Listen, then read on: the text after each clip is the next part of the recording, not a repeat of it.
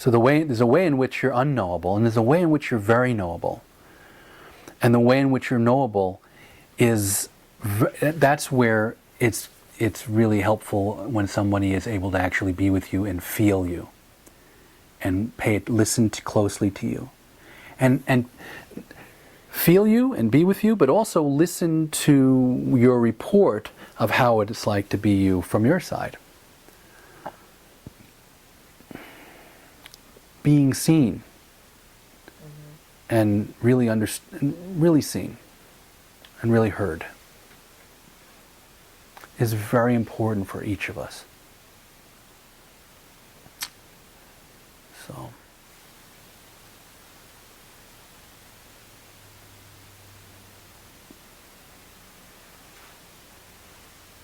yeah, and that's the way in which you're not me. In the way you're not me? Yeah, in a way, in order to really be seen by somebody, there's this paradox of being seen in the way, in which you're one with the person who's seeing you, and being seen in the way in which you're not the same as the person who's seeing you. Because there's so much of what's important about you is unique, and being seen in your uniqueness. Okay, I don't know if I'm with you on this one. Yeah, well, listen. Yeah. You are unique. No one else is like you. You're like a snowflake. Okay, that I get. Yeah. So being appreciated there and being seen there needs somebody who's not you. Yeah. Not somebody who's you. Not somebody who looks at you and say, "You're my own self." No. You need somebody who looks at you and go, "You're not my own self. Oh, I see who you are. You're so unique to me. Wow, you're a gift. You're different than I am. And thank God that you're in this universe, because without you, there would be no one else like you." That's different than, "You are my own self. You're just like everybody else, my own self. Everywhere I look, I see myself in different bodies, in different forms." You know, there's a way in which that kind of seeing is very important too, but there's a way in which your uniqueness necessitates somebody who's not being you, who's being other. That's what I mean. Yeah. It's a paradox, because we exist on all these levels. There's a way in which you and I are absolutely identical. Oh, there's no you and I. We're just one arising. And there's a way in which you are very separate from me, you are very different than me, and being separate and different from me means I have to pay attention to you and respect you as other, and hear you as other, and see you and not take you for granted and think I know you because you're my own self. No, I have no idea what it's like to be you. And so that, all of those dimensions are there. So honoring all of them is to be fully embodied and awake. In the way that I mean embodiment. Because the way that I mean embodiment includes the sense of otherness.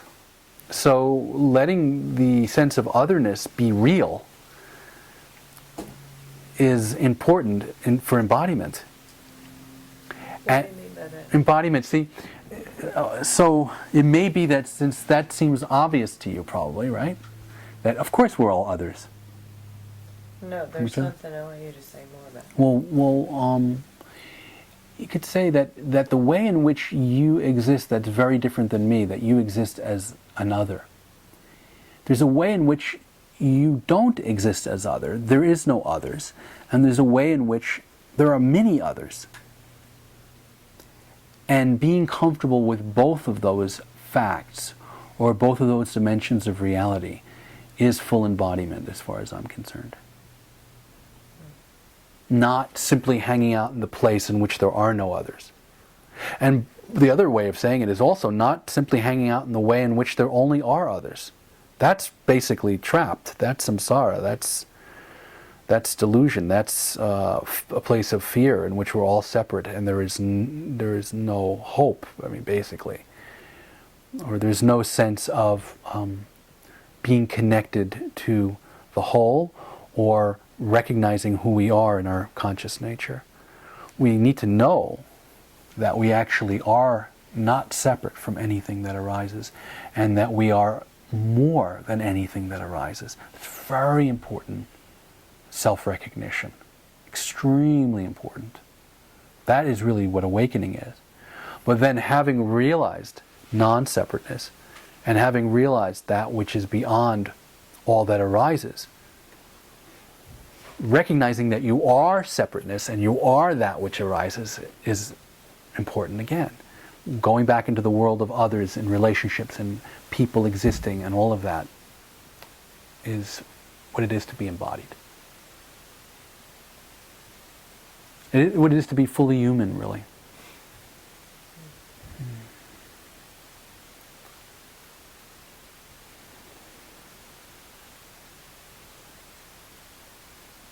And it's a kind of testing ground in the sense of, testing is not quite the right word, but it's something like, it's the place where everything gets shook out. It's a place where entering back into relationships in the world of others and really acknowledging that others exist and the suffering of others and the lives of others and everything like this,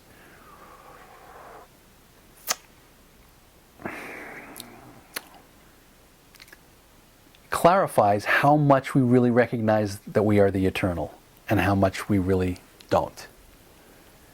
How clear it is to us that we are really free of everything that arises. As long as we're not, we're keeping an arm's length from life and others, then we don't really get a chance to see how attached we really are.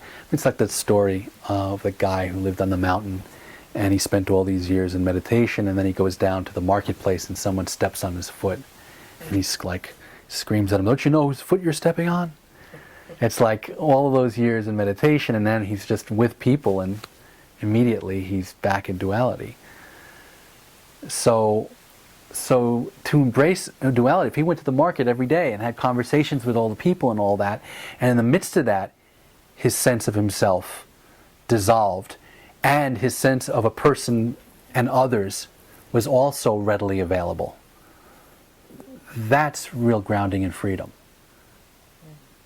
So that you're, very aware of others as other, and you respect them, and you're connected with them, and you're very aware that it's all arising in consciousness, and there are no others, and it's all just a manifestation of a play on consciousness, a play in consciousness. It's all of those.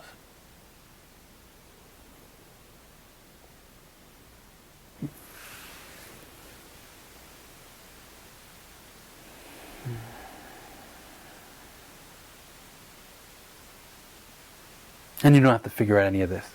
It isn't really, Thank God. Thank God.